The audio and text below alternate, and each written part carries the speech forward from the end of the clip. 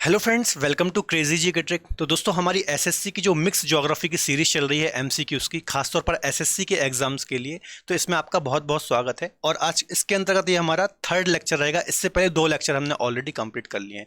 जैसा कि बच्चों, रिसेंट में ही अभी वैकेंसी आई है एसएससी की, लगभग 20,000 वैकेंसीज आई हैं। तो आपके लिए एक बहुत ही सुनहरा मौका है। और जैसे कि जीएस का भी वेटेज बढ़ गया है मेंस में, तो ये जो हमारे सेशन चल रहे हैं सब्जेक्ट वाइज, जो हमारी सीरीज चल रही है एसएससी की, तो ये इसका इंपॉर्टेंस आपके लिए और भी ज़्यादा बढ़ जाता है। ठीक है, तो आप क्लास को अंत तक जरूर देखिए। इसके अलावा मैं आपको बताना चाहूँगा कि एसएससी की जो ये हमारी सीरीज चल रही है, सीएचएसएल हो, सीपीओ हो, एमटीएस हो, सभी एग्जाम के लिए बेनिफिशियल है। इसके अलावा कोई अन्य एग्जाम भी हो आपका कॉम्पिटिशन वाला जिसमें ज्योग्राफी पूछी जाती है, तो उन एग्जाम्स के लिए भी जो हमारी क्लास है काफ़ी ज़्यादा बेनिफिशियल होने वाली है। तो आप वीडियो को अंत तक जरूर देखिए।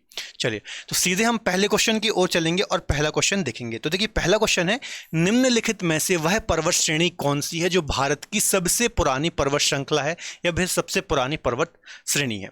ऑप्शन है हिमालय, विंध्य, अरावली या फिर सह्याद्री। तो बहुत इंपॉर्टेंट क्वेश्चन है बच्चों, कई बार एग्जाम में पूछा जाता है। तो इसका आंसर हो जाएगा जो अरावली रेंज है, सी आंसर हो जाएगा। अरावली रेंज विश्व की और भारत की प्राचीनतम पर्वत श्रृंखलाओं में आती है। ठीक है बच्चों, यह एक अवशिष्ट पर्वत का एग्जाम्पल है। अवशिष्ट पर्वत का एग्जाम्पल है, आपको याद रखना। कई बार यहां से ऐसा भी एग्जाम्पल आता है कि अरावली कौन सा पर्वत है या फिर किस पर्वत का एग्जाम्पल है। तो अवशिष्ट या फिर हिंदी में इसको हम बोलते हैं रेसिड्यूअल माउंटेन का ये एग्जाम्पल है। इसके अलावा विश्व की प्राचीनतम पर्वत में आता है। यदि इसकी लोकेशन आप देखेंगे भारत में, तो मुख्यतः ये राजस्थान में फैला हुआ है। इसके अलावा गुजरात हो गया, हरियाणा तक ये जाता है और कुछ पार्ट इसका दिल्ली में भी फैला हुआ है। गुरु शिखर इसकी बच्चों सबसे ऊंची चोटी है। गुरु शिखर 1722 मीटर, 1722 मीटर इसकी हाइट है। याद रखना है, इसकी सबसे ऊंची चोटी राजस्थान में गुरु शिखर पीक है। 1722 मीटर इसकी हाइट है। यहां से भी कई बार एग्जाम में क्वेश्चन आता है। ठीक है, चलिए अगला क्वेश्चन देखेंगे। ये देखिए, यहां पर ये अरावली है। ठीक है, तो ये बात आपको याद रखना है।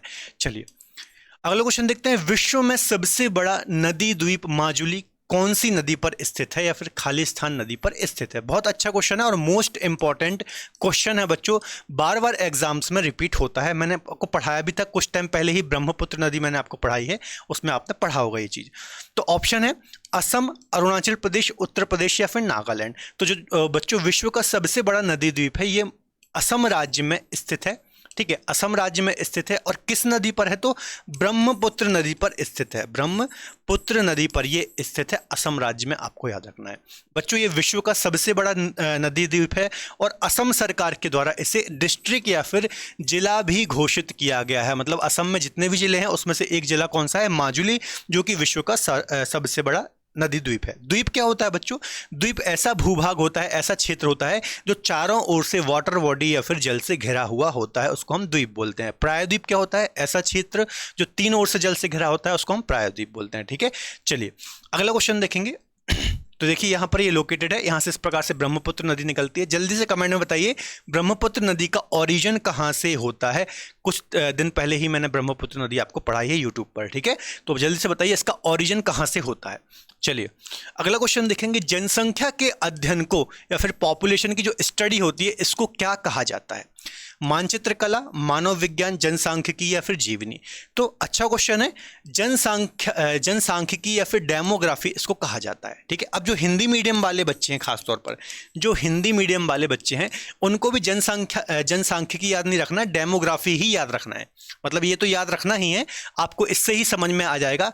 लेकिन कई बार क्या होता है, सिर्फ डेमोग्राफी ऑप्शन में आता है। ठीक है, तो हिंदी मीडियम वाले बच्चों को याद रखना है कि डेमोग्राफी कहा जाता है जनसंख्या के अध्ययन को। ठीक है, तो ये बात आपको याद रखनी है। अगला क्वेश्चन देख लेते हैं। गोबी मरुस्थल निम्न में से किस देश में विस्तार है इसका या फिर फैला हुआ है? गोबी डेजर्ट या फिर गोबी मरुस्थल, इसकी लोकेशन बताना है।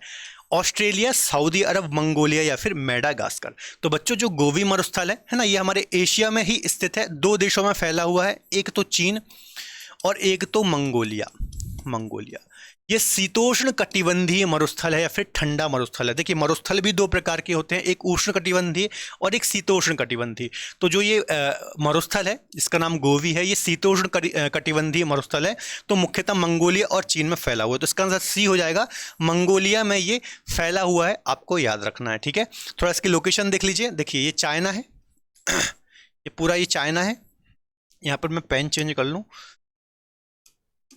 देखिए, ये चीन है, और यहाँ पर ये मंगोलिया है, और यहाँ पर ये डेजर्ट है। तो आपको याद रखना है गोबी डेजर्ट कहाँ है, चीन और मंगोलिया में स्थित है, आपको याद रखना है। इसके अलावा थार रेगिस्तान कहाँ है, भारत और पाकिस्तान में फैला हुआ है। इसके अलावा अन्य रेगिस्तान भी है, ज़्यादा डिटेल में हम नहीं जाएंगे। चलिए अगला क्वेश्चन का आंसर दीजिए।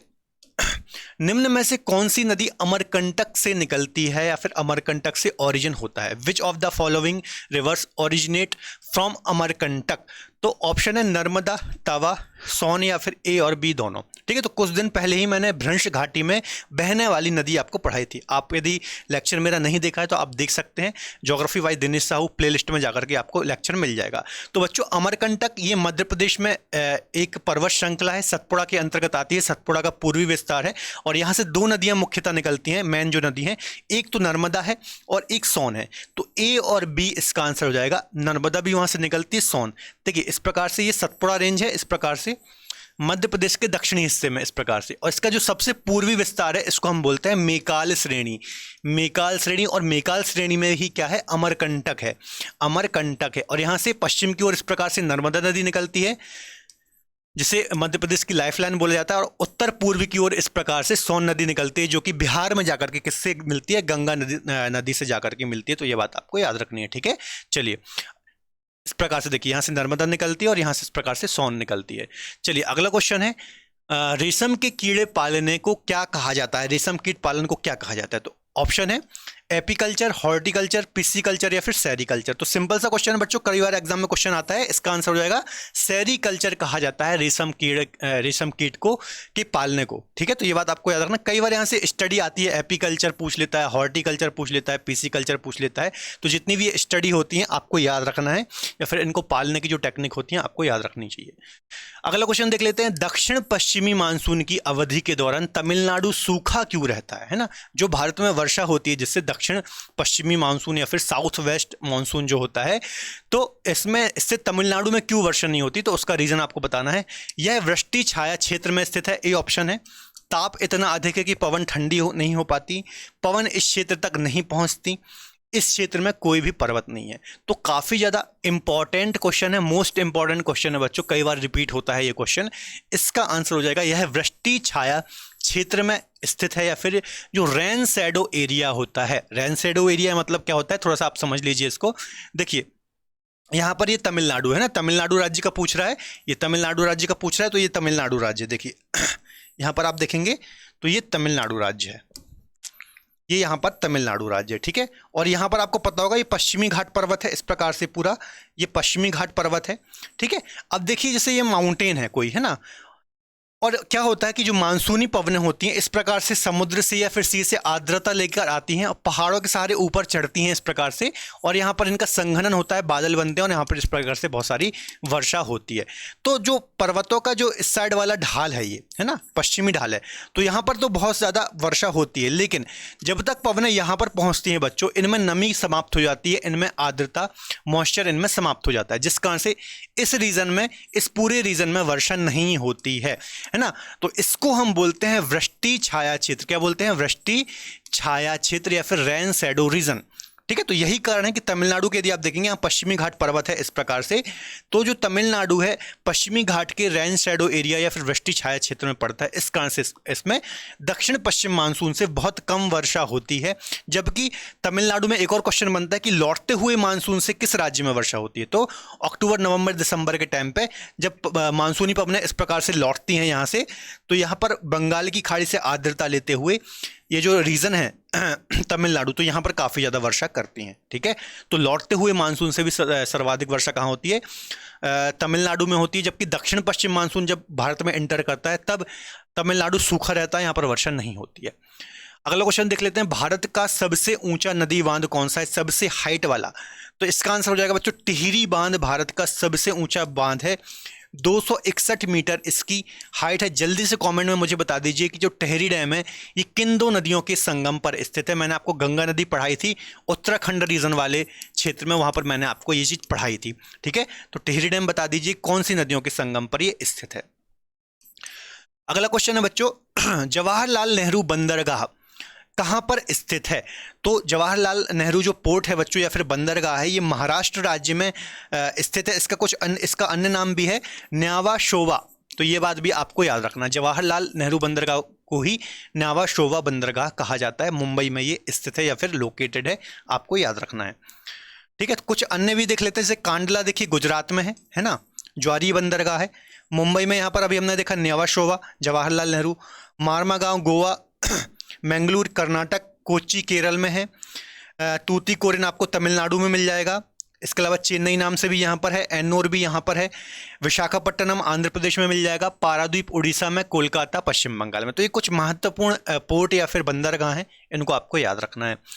अगला क्वेश्चन देख लेते हैं, जिब्राल्टर जल डमरू मध्य या फिर स्ट्रेट जो है जिब्राल्टर स्ट्रेट, ये किसको जोड़ता है या फिर किसको कनेक्ट करता है? तो जरा ऑप्शन देख लेते हैं, लाल सागर, भूमध्य सागर, लाल सागर, अरब सागर, अटलांटिक सागर, भूमध्य सागर, या फिर भूमध्य सागर या फिर काला सागर।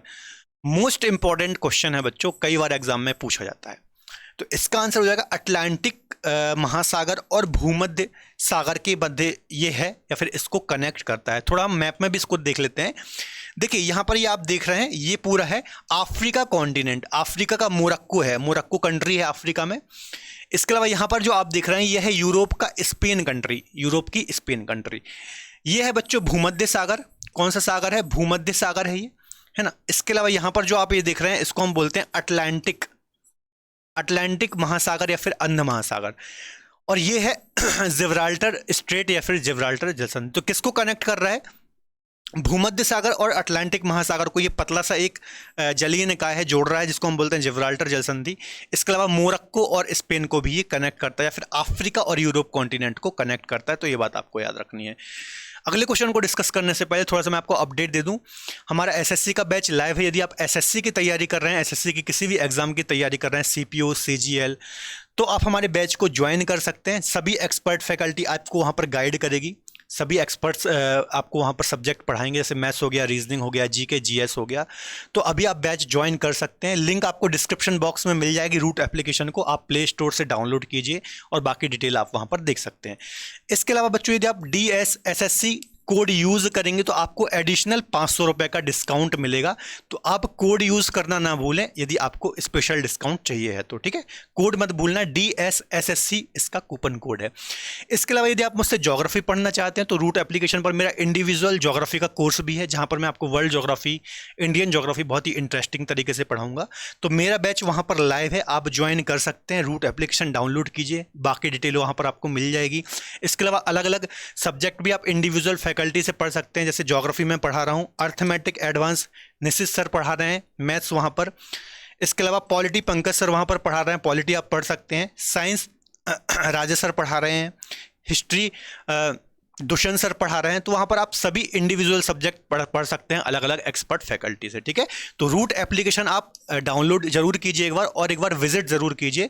बाकी आप वहां पर सारी चीजें देख सकते हैं, डिटेल देख सकते हैं। चलिए अगला क्वेश्चन देखेंगे, सिंधु जल समझौता भारत और किस देश के मध्य में हुआ? तो बहुत अच्छा और इंपॉर्टेंट क्वेश्चन है, सिंपल सा क्वेश्चन है। पाकिस्तान और भारत के मध्य हुआ था 1960 में। ये क्या है बच्चों? सिंधु जल समझौता। सिंधु नदी के जल के बंटवारे को लेकर भारत और पाकिस्तान के मध्य में ये समझौता हुआ है। देखिए जब आज़ादी हुई है ना, जब हमें आज़ादी मिली 1947 में, तो भारत और पाकिस्तान एक नया देश बना था। तो उस समय भारत और पाकिस्तान के मध्य में बहुत सारे विवाद थे। उसमें से एक विवाद था सिंधु जल के बंटवारे को लेकर, ठीक है। तो इसके बंटवारे को लेकर के विश्व बैंक की मध्यस्थता से भारत और पाकिस्तान के मध्य में ये क्या हुआ था? समझौता हुआ था, जिसको हम सिंधु जल समझौता बोलते हैं। इसकी डेट भी याद रखना, 1960, ठीक है। भारत और पाकिस्तान के मध्य में हुआ था। इसमें जो 3 उत्तर वाली नदियां हैं, जो नॉर्थ की 3 नदियां हैं, जिसमें सिंधु, चेनाब और झेलम है, इनका जो कंट्रोल दिया था वो पाकिस्तान को दिया गया था। इन नदियों का कंट्रोल पाकिस्तान को दिया गया था। जबकि जो नीचे वाली हैं, सतलज, रावी और ब्यास, तो इनका जो कंट्रोल है वो किसको दिया गया था? इनका कंट्रोल इंडिया को दिया गया था, ठीक है। तो ये 3 नदियां भी पूछ लेते हैं कि कौन सी नदियों का कंट्रोल किस देश को दिया गया था, तो ये बात भी आपको याद रखनी है। चलिए यहाँ से देखिए, इस प्रकार से सिंधु नदी निकलती है। सिंधु नदी भी ऑलरेडी मैंने पढ़ा रखी है यूट्यूब पे, आप देख सकते हैं, सिंधु रिवर सिस्टम, चलिए अगला क्वेश्चन देखेंगे, समान वर्षा वाले स्थानों को मिलाने वाली रेखा को क्या कहा जाता है? समान वर्षा वाले स्थानों को, ठीक है, तो इसको क्या बोलते हैं? आइसोहाइड्स लाइन बोलते हैं बच्चों इसको, है ना। जहां पर भी पृथ्वी पर समान वर्षा होती है उनको जो मिलाने वाली एक लाइन होती है उनको हम क्या बोलते हैं? आइसोहाइड बोलते हैं, तो आपको याद रखना है। अगला क्वेश्चन देख लेते हैं, निम्नलिखित में से कौन सा कथन सही नहीं है? ठीक है, उपरोक्त में से कौन सा कथन सही नहीं है? पंजाब गेहूं का उत्पादन होता है पंजाब में, बिल्कुल सही है। असम में चाय का प्रोडक्शन होता है, बिल्कुल सही है। कर्नाटक में कॉफी का प्रोडक्शन होता है, बिल्कुल सही है। हिमाचल प्रदेश में केसर का उत्पादन होता है, तो ये रॉन्ग हो जाएगा। ठीक है, यदि केसर के उत्पादन की यदि आप बात करेंगे तो मुख्यतः जम्मू कश्मीर का नाम आता है, आपको याद रखना है। बाकी तीनों जो ऊपर के सेंटेंसेज हैं ये बिल्कुल सही है। अगला क्वेश्चन देख लेते हैं, चंबल नदी किन राज्यों से होकर प्रवाहित होती है? तो जो चंबल नदी है बच्चों मुख्यतः 3 राज्यों में बहती है। एक तो मध्य प्रदेश हो जाएगा, दूसरा राजस्थान हो जाएगा और तीसरा क्या हो जाएगा? उत्तर प्रदेश हो जाएगा। तो ऑप्शन देख लेते हैं, गुजरात में तो नहीं बहती है, बिहार में भी नहीं प्रवाहित होती है, गुजरात में भी नहीं बहती, तो डी आंसर ही सही हो जाएगा, मध्य प्रदेश, राजस्थान और उत्तर प्रदेश। मध्य प्रदेश से इसका ओरिजिन होता है, फिर राजस्थान जाती है और फिर उत्तर प्रदेश में जाकर के यमुना में जाकर के ये मिल जाती है, यमुना में इटावा में जाकर के ये मिलती है, तो आपको याद रखना है। इसके अलावा महू जाना पाओ इंदौर के पास से इसका ओरिजिन होता है। अगला क्वेश्चन है, मानसून शब्द का क्या तात्पर्य है? जो मानसून है शब्द है इसकी क्या मीनिंग है? हवाओं का सदैव एक ही दिशा में बहना? नहीं। हवाओं का बहुत तेजी से बहना? नहीं। हवाओं का बहुत धीमी गति से प्रवाहित होना? ये भी रॉन्ग है। हवाओं का रुख का बदलना? ठीक है, ये बिल्कुल सही हो जाएगा।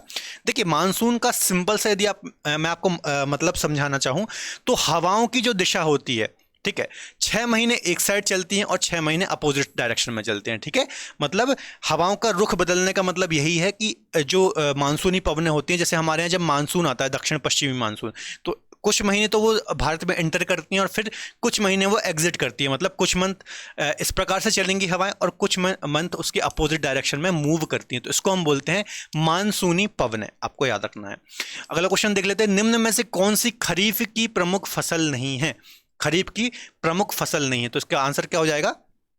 जो गेहूं है बच्चों ये रवि की फसल है, खरीफ की फसल नहीं है। सिंपल सा क्वेश्चन है, तो आपको याद रखना रवि और खरीफ की फसल है। कई बार यहां से एग्जाम में क्वेश्चन पूछ लिया जाता है। ठीक है, सिंपल सा ये क्वेश्चन था।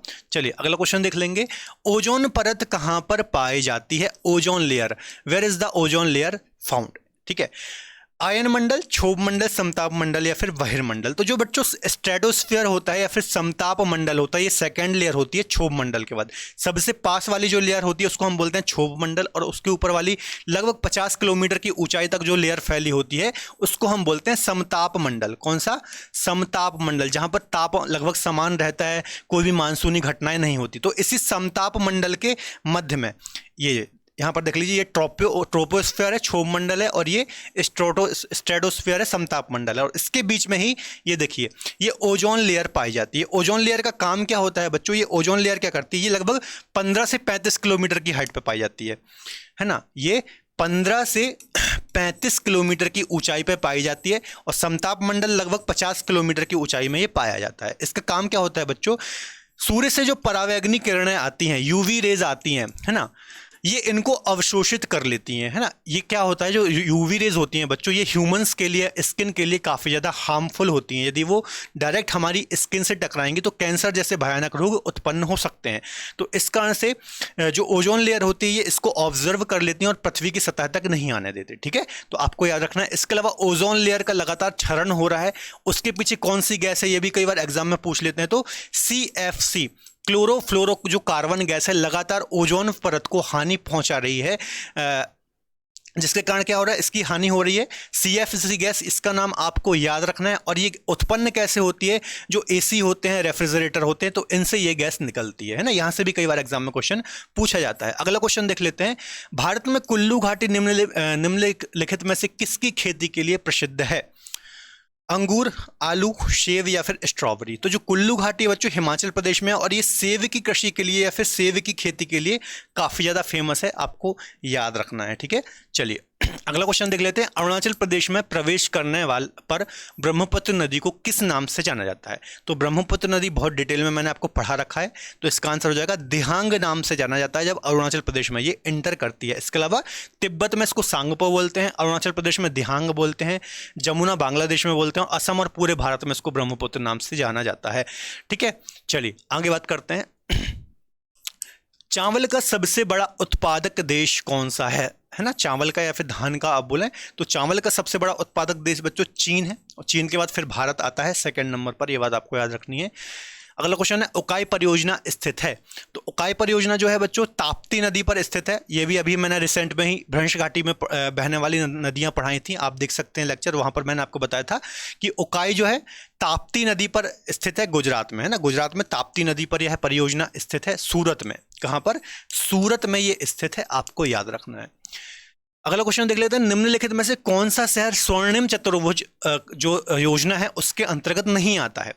कोलकाता, मुंबई, नई दिल्ली। तो तीनों आते हैं बच्चों, कोलकाता, मुंबई और नई दिल्ली, ये तीनों स्वर्णिम चतुर्भुज के अंतर्गत आते हैं। इसके अलावा चेन्नई को भी आप इसमें जोड़ सकते हैं, ये 4 प्रमुख महानगर आते हैं इसके अंतर्गत। जबकि जो चंडीगढ़ है ना, यहाँ पर चंडीगढ़ होगा, चंडीगढ़ इसके अंतर्गत नहीं आता है ना। इस प्रकार से कुछ ये योजना है, 4 प्रमुख जो महानगर है उसको इस प्रकार से जोड़ती हैं। चलिए अगला क्वेश्चन देख लेते हैं, हीराकुंड बांध किस नदी पर बनाया गया है? तो काफी इंपॉर्टेंट क्वेश्चन है, कई बार रिपीट होता है, तो महानदी पर यह बनाया गया है बच्चों, है ना। इसके अलावा कई बार यहां से एग्जाम में क्वेश्चन रिपीट होता है, तो आपको याद रखना है भारत का सबसे लंबा डैम है, भारत का सबसे लंबा डैम है। सबसे ऊंचा डैम कौन सा है? टिहरी डैम है। तो कई बार यहां से एग्जाम में क्वेश्चन पूछा जाता है, आपको याद रखना है। अगला क्वेश्चन देख लेते हैं, भारत की सिलिकॉन वैली के नाम से जाना जाता है, तो भारत की जो सिलिकॉन वैली है वो किसको कहा जाता है? बेंगलुरु को कहा जाता है, याद रखना है। सिलिकॉन वैली मतलब सॉफ्टवेयर इंडस्ट्री, IT कंपनीज वगैरह जो होती हैं, सबसे ज्यादा जो होती हैं, उस शहर को सिलिकॉन वैली कहा जाता है। तो भारत का सिलिकॉन वैली कौन सा है? बेंगलुरु है। अगला क्वेश्चन देख लेते हैं, भारत में उगाई जाने वाली अधिकतर कॉफी की किस्म क्या है? मतलब कॉफी की बहुत सारी किस्में होती हैं, उसमें से सर्वाधिक कौन सी किस्म का उत्पादन भारत में होता है? तो अरेबिका जो किस्म है इसका सर्वाधिक प्रोडक्शन भारत में होता है। इसके अलावा कॉफी के ओवरऑल उत्पादन में प्रथम नंबर पर कौन सा राज्य आता है? तो कर्नाटक। कर्नाटक अकेले ही लगभग 60% कॉफी का प्रोडक्शन करता है, ये बात आपको याद रखनी है। लास्ट क्वेश्चन है बच्चों आज का, मुंबई हाई किससे संबंधित है? बॉम्बे हाई या फिर मुंबई हाई भी बोलते हैं इसको। तो ये पेट्रोलियम के उत्पादन से संबंधित है बच्चों। इसके अलावा अपतटीय क्षेत्र, ये अपतटीय पेट्रोलियम क्षेत्र। देखिए भारत के यदि आप पेट्रोलियम क्षेत्र देखेंगे, यहाँ पे मैं मैप बनाऊं भारत का, तो स्थलीय भाग में जो क्षेत्र होते हैं ना पेट्रोलियम को, उसको बोलते हैं अभी तटीय क्षेत्र, अभी तटीय क्षेत्र। और जबकि जो समुद्र में क्षेत्र होते हैं, यहाँ पर अरेबियन सी है, तो इनको हम बोलते हैं अपतटीय क्षेत्र, अप तटीय क्षेत्र। ठीक है, तो जो बॉम्बे हाई है यहाँ पर अरब सागर में ही आपको मिलता है, और ये एक अपतटीय क्षेत्र है, आपको याद रखना है। इसके अलावा भारत में मैक्सिमम जो पेट्रोलियम का प्रोडक्शन होता है वो अपतटीय क्षेत्रों से ही होता है, ये बात भी आपको याद रखना है। तो बच्चों ये थे हमारे 25 महत्वपूर्ण MCQs क्वेश्चन जो कि बार बार एग्जाम में रिपीट होते हैं और ऑलरेडी SSC के अलग अलग एग्जाम्स में आए हुए हैं। आगे भी इन क्वेश्चन के रिपीट होने की संभावना अधिक है। इसके अलावा इन क्वेश्चन के थ्रू कुछ अन्य डिटेल भी मैंने आपको बताई है, तो आपका SSC में भी काफ़ी ज़्यादा वेटेज बढ़ गया है, मेंस में भी। तो आपको ध्यान से डील करना है, GS को सीरियसली लेना है। ठीक है, तो इसके अलावा आप यदि मुझसे ज्योग्राफी पढ़ना चाहते हैं तो रूट एप्लीकेशन पढ़ सकते हैं, मेरा बैच वहाँ पर लाइव है। तो मुलाकात होगी अगले बेहतर लेक्चर में। यदि आज का वीडियो लेक्चर पसंद आए तो प्लीज़ वीडियो को लाइक करें, इसके अलावा अपने दोस्तों के साथ शेयर करें। मिलेंगे अगले बेहतर लेक्चर में, तब तक के लिए धन्यवाद। जय हिंद।